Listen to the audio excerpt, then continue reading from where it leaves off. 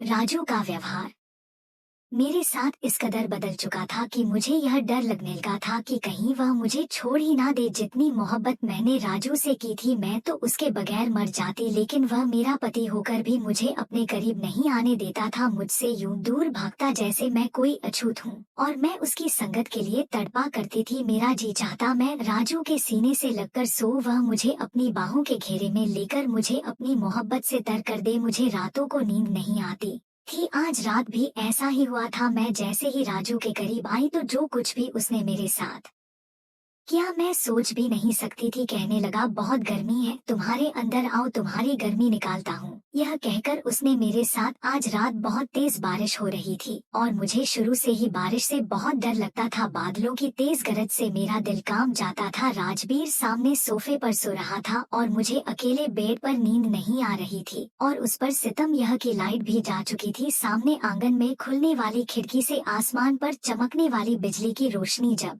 कमरे में आती तो डर के मारे मैं कांपने लगती। बारिश तो ऐसी थी कि जैसे हर तरफ तूफान मचा हुआ था। डर के मारे मैं बेड की चादर को दबोच शुरू कर चुकी थी। तकियों को भींच कर सीने से लगा लिया था। काश राजू मेरे पास ही लेट जाता, मैं उसका हाथ थाम लेती तो शायद मेरा डर कम हो जाता, या वो मुझे अपनी बाहों के घेरे में लेकर मेरे डर को अपनी पनाहों से खत्म कर देता। लेकिन नहीं, वह तो बिल्कुल बेपरवाह सा होकर सामने सो रहा था। मुझे लगता ही नहीं था कि मैंने राजू से मोहब्बत की शादी की है, या यह वही राजू है जो मेरी खातिर हर एक से लड़ गया था। उसे हुआ क्या था, क्यों मुझसे दूर भागने लगा था? अपनी मोहब्बत का आदी बनाकर मुझसे कौन सा बदला ले रहा था? क्यों मुझे अकेलेपन की सजा दे रहा था? मेरा सब्र आज जवाब दे गया था। मैं उठकर सोफे पर राजू के पास आ गई। मैं उसे हिलाने लगी। वह गहरी नींद से जागा था। मुझे देखकर एकदम उठकर बैठ गया। कहने लगा, क्या बात है, चैन नहीं है तुम्हें? सुकून से सोने भी नहीं देती हो? मैं उसके बराबर बैठ गई, लेकिन वह तो मेरा स्पर्श पाकर ऐसे दूर होता था जैसे मैंने उसे करंट मार दिया हो। मैंने कहा, मुझे बारिश से डर लगता है।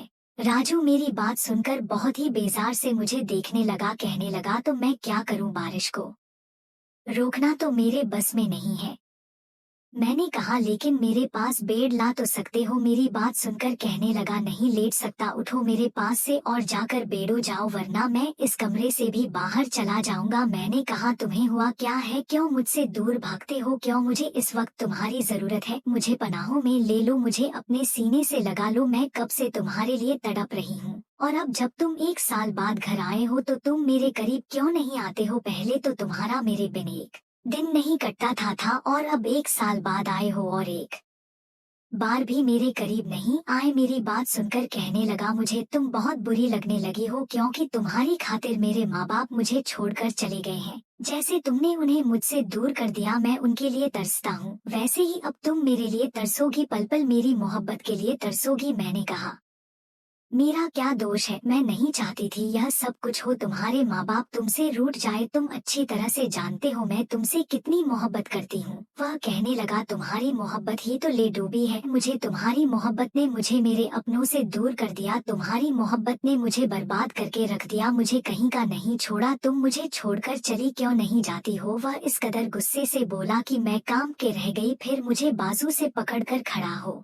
गया। कहने लगा, मोहब्बत करती हो मुझसे? ठीक है। यह कहकर वह मुझे कमरे से बाहर ले गया और छोटे से हाल से बाहर निकलकर खुले आंगन में ले गया, जहां तेज बारिश हो रही थी, और यह देखकर मेरी जान निकल गई थी। मैंने कहा, यह क्या कर रहे हो तुम? राजू, मुझे बारिश से डर लगता है, मुझे बाहर नहीं जाना। लेकिन वह मुझे घसीटते हुए आंगन में ले आया। तेज तूफानी बरसती बारिश में मुझे ले जाकर छोड़ दिया। कहने लगा, मोहब्बत करती हो ना मुझसे? तो सारी आजमाइश मैं ही क्यों दूं? आज ये आजमाइश तुमको देनी होगी। मेरी मोहब्बत का सबूत देना होगा। अगर मुझसे मोहब्बत करती हो तो गुजारो पूरी रात इस बारिश में। यह कहकर वह मुझे उसी आंगन में छोड़कर अंदर चला गया। हॉल का दरवाजा भी बंद कर दिया, और मैं यूं थी जैसे डर से आज मर जाऊंगी। यह कौन सी आजमाइश थी? यह कौन सा इम्तिहान था? मैं सिमटकर उसी आंगन में बैठ गई थी। पूरी रात मैं उस बारिश में भीगती रही और फूट फूट कर रोती रही। मैं राजू से बेनतहा मोहब्बत करती थी, उसके बिना मर जाती। वह मुझे अगर आग में कूदने को कहता तो मैं आग में भी कूद जाती।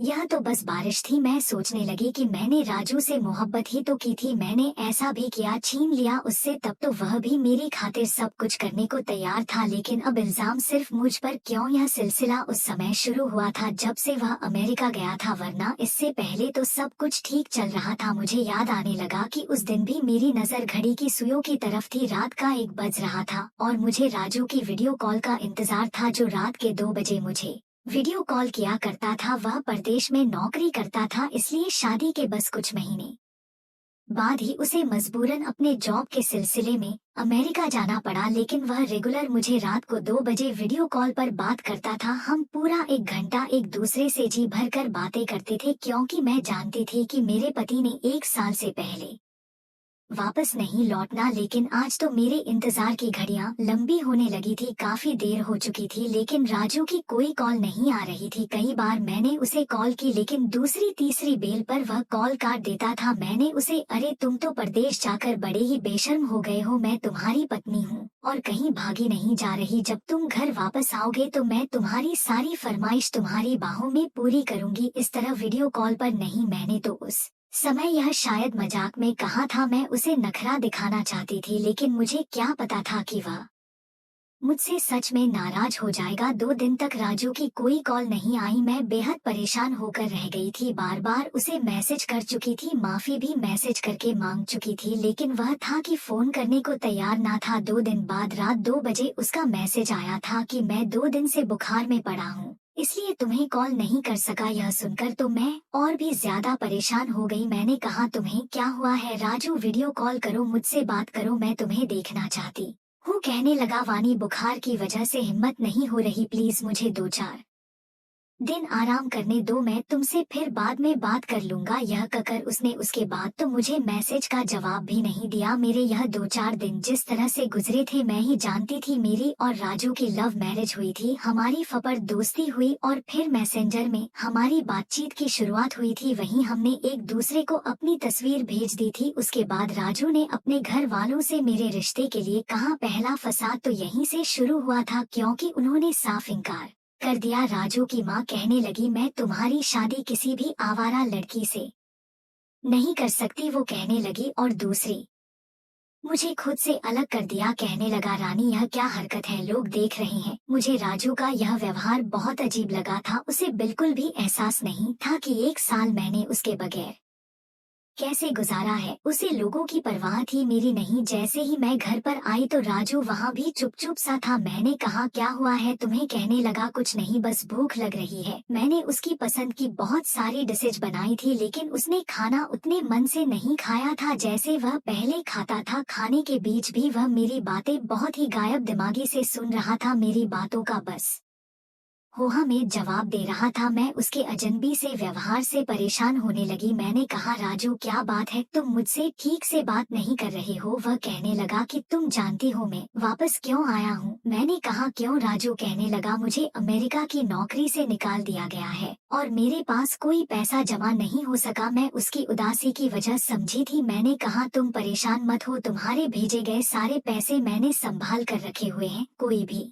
फिजूल खर्ची नहीं की है। और फिर मेरे माँ बाप ने भी जो शादी में मेरा हिस्सा मुझे दिया था, वह भी पैसे मेरे पास पड़े हुए हैं। हम सबको मिलाकर एक छोटा सा फ्लैट खरीद सकते हैं। मुझे लगा यह सुनकर राजू खुश हो जाएगा, लेकिन वह अभी भी चुप चुप सा था। रात को जब राजू सोने के लिए कमरे में आया तो मुझे लगा कि वह भी मेरे लिए उतना ही बेकरार होगा जितना मैं उसके लिए हूँ। लेकिन वह तो बस इधर उधर कमरे में अपना टाइम पास कर रहा था। कभी अपने घड़ी उतार के रखना, कभी जूते साइड में रखता, कभी अपने मोबाइल पर कुछ देखने लगता है। लेकिन अब मुझसे बर्दाश्त नहीं हो रहा था। मैंने यह 1 साल राजू की जुदाई में बहुत मुश्किल से गुजारा था। मैं खुद ही उठकर राजू के सीने से लग गई, लेकिन मेरे पास जाते ही राजू ने मुझे झटक कर खुद से दूर किया था। कहने लगा, यह क्या बदतमीजी है, दूर रहो मुझसे। मैंने कहा, राजवीर तुम्हें क्या हो गया है? मैं तुम्हारे लिए कब से तड़प रही हूँ और तुम मुझे करीब भी नहीं आने दे रहे। वह कहने लगा, अभी मेरा कोई मूड नहीं है, जाओ जाकर बेड़ो जाओ। मुझे विश्वास नहीं आ रहा था कि राजू ऐसा भी कह सकता है।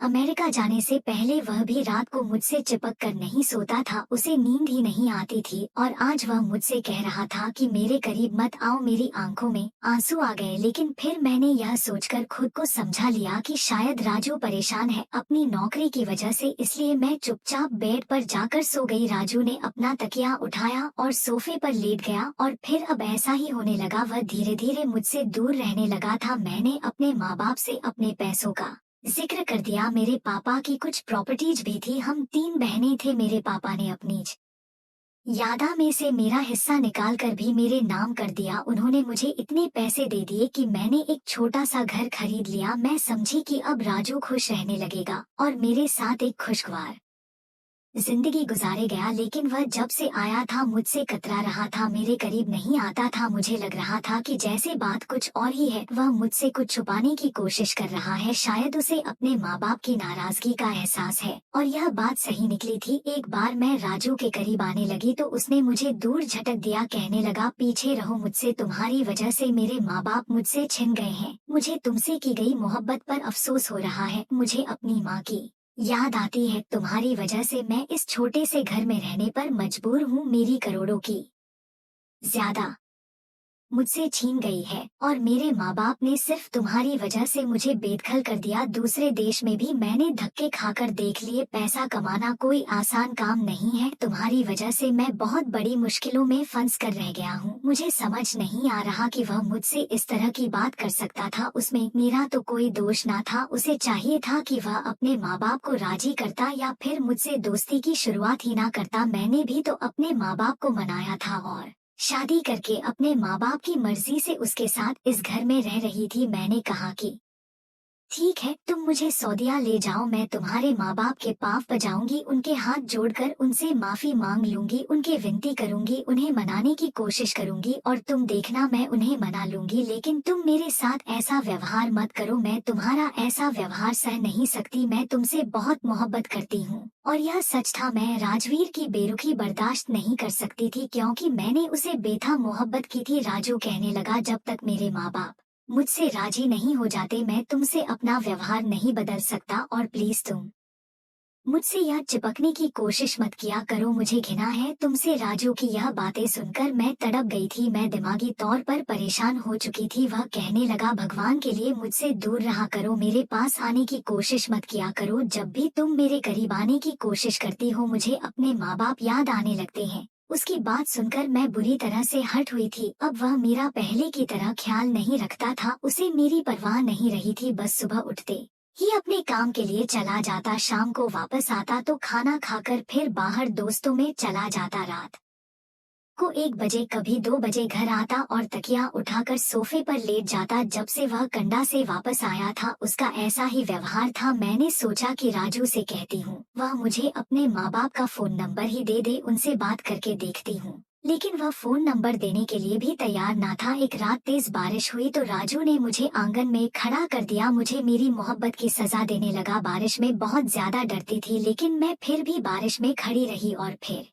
जब एक बार बहुत तेज बिजली कड़की तो मैं डर के मारे बेहोश हो गई थी। जब मुझे होश आया तो वह मेरे पास बैठा था और रो रहा था। मुझे होश में देखकर कहने लगा मुझे माफ कर दो लेकिन मैं तुमसे और नाटक नहीं कर सकता, मैं खुद बहुत मुश्किल में पड़ चुका हूँ। मैंने कहा क्या मतलब है? राजू कहने लगा कि तुम्हारा राजू मर चुका है रानी, मैं राजू नहीं हूँ। यह सुनना था कि मेरा दिमाग बुरी तरह से चकरा गया था। वह कहने लगा मैं राजू का जुड़वा भाई हूँ, मैं पिछले 3 सालों से अमेरिका में काम कर रहा था, मैंने ही राजू को अमेरिका बुलाया था। राजू ने पहले कभी तुमसे मेरा जिक्र नहीं किया होगा, यह बात उसने मुझे अमेरिका में आकर बताई भी थी। कहता था कि उसे किसी दिन वीडियो कॉल पर सरप्राइज दूंगा, जब वह हम दोनों को एक साथ देखेगी तो चकरा जाएगी। लेकिन उसे ऐसा मौका ही नहीं मिला। एक कार एक्सीडेंट में राजू बहुत जख्मी हो गया था, मैं उसे अस्पताल ले गया। उस समय भी उसे तुम्हारा ही ख्याल था। मुझसे कहने लगा कि वह मेरा गम सह नहीं पाएगी, उसे कभी बेसहारा मत छोड़ना, मुझे पता है कि मैं बच नहीं पाऊंगा और मेरे मरने के बाद मेरे मरने की खबर सुनकर वह पागल हो जाएगी। वह मुझसे बहुत मोहब्बत करती है, मेरे बिना वजह नहीं सकती, उसकी जिंदगी बर्बाद हो जाएगी। इसलिए तुम उसे अपना लेना और उसे सच्चाई मत बताना क्योंकि मेरे मरने की खबर सुनकर वह टूटकर बिखर जाएगी। तुम उसकी जिंदगी में राजू बनकर जाना मेरी रानी को बेसहारा मत छोड़ना। यह कहते हुए वह बेचारा रो रहा था। कहने लगा, मैंने इसलिए तुमसे राजू बनकर बात करनी शुरू कर दी। बहुत बार चाहा तुम्हें सच्चाई बता दूं, लेकिन हिम्मत नहीं हुई, इसलिए सोचा हिंदुस्तान जाकर तुम्हें सच बता दूंगा। लेकिन एयरपोर्ट पर जैसे ही तुम पागलों की तरह मेरे गले लगी थी, जिस तरह से राजू की 1 साल की जुदाई पर तुम फूट फूट कर रोने लगी थी, मैं घबरा गया था कि तुम्हें कैसे बताऊं। मैंने जब भी तुम्हें सच बताना चाहा, तुम्हारी राजू के लिए मोहब्बत देखकर मेरी होंठ खामोश हो जाते थे। इसलिए चाहा कि तुमसे खराब रवैया रखूंगा ताकि तुम्हें राजू से नफरत हो जाए और तुम तलाक मांग लो। लेकिन तुम हर आजमाइश पर खरी उतरती रही मेरे लिए और मुश्किलें पैदा करती रही, यहाँ तक कि बारिश में पूरी रात भीगत रही और मैं एंड हाई एंड रोता रहा। कैसे माने अपने जीएम को।